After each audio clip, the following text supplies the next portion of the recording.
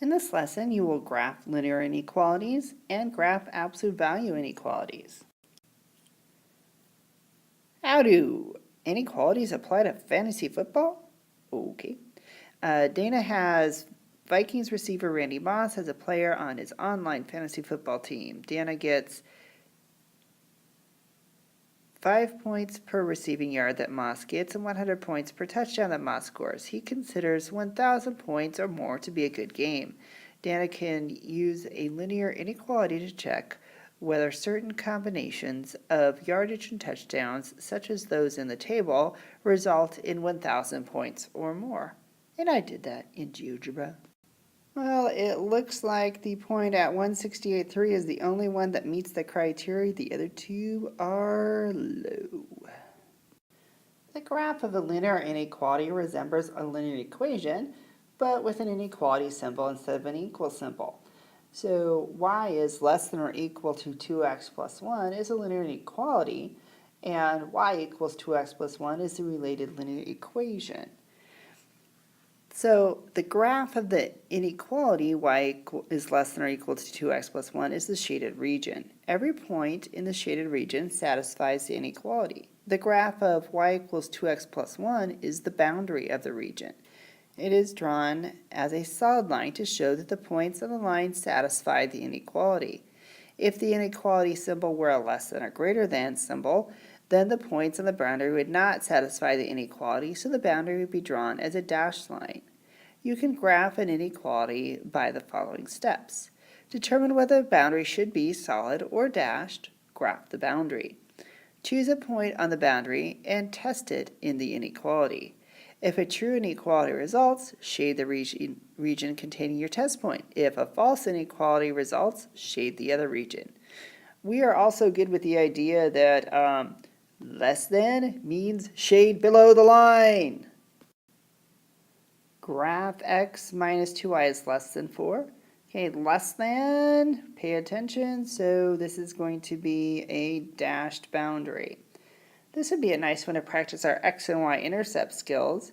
If we put 0 in for y, we're going to get, we just need the equals. X is going to be 4, so we have an ordered pair at 4, 0. If we put 0 in for x, and I'm putting equals 4, divide both sides by -2, y equals -2, so I have the ordered pair 0, -2. I could plot those 2 points, and I want to draw a dashed line. If you don't pay attention to it being dashed, you're going to be using your eraser a lot. And then it is a, ooh, I didn't solve for y, I didn't know where to shade. Shoot, I need to use the test point. I just said I wasn't going to. Okay, so we're going to put in the point 0, 0 and figure out where to shade. Okay, so 0 minus 0, is it less than 4? Why, yes it is, so I want to shade above.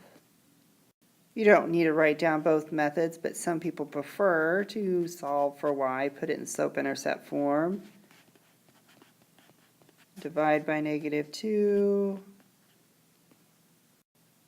Now I just divided by a negative, so that changes my inequality to y is greater than.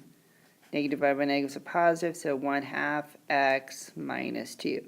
So I would have a y-intercept at 2, and my slope is going up 1 over 2.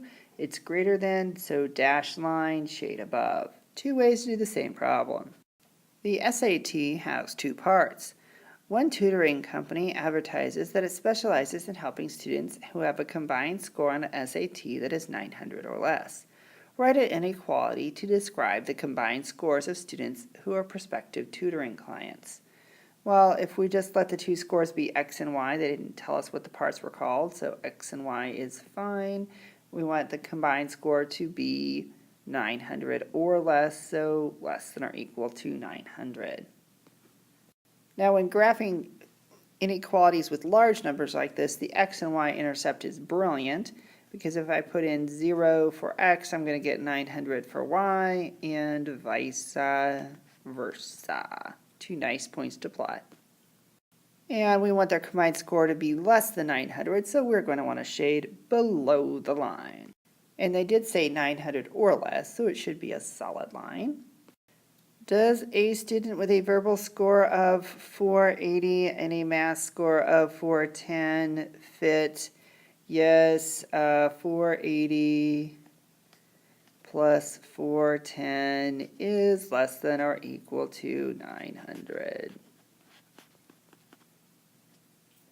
I love one-word directions. Graph. Okay, so if we substitute -2 in for x, absolute value -2 is 2 minus 2 is 0. -1 is 1, minus 2 is -1, 0 minus 2 is -2, and now we're starting over. 1 minus 2 is -1, 2 minus 2 is 0. Okay, we can plot those points, and we are going to want our line to be solid. And y is greater than, so we want to shade above. We could check a region, check 0, 0. Does it work? Is 0 greater than 0 minus 2? Sure enough.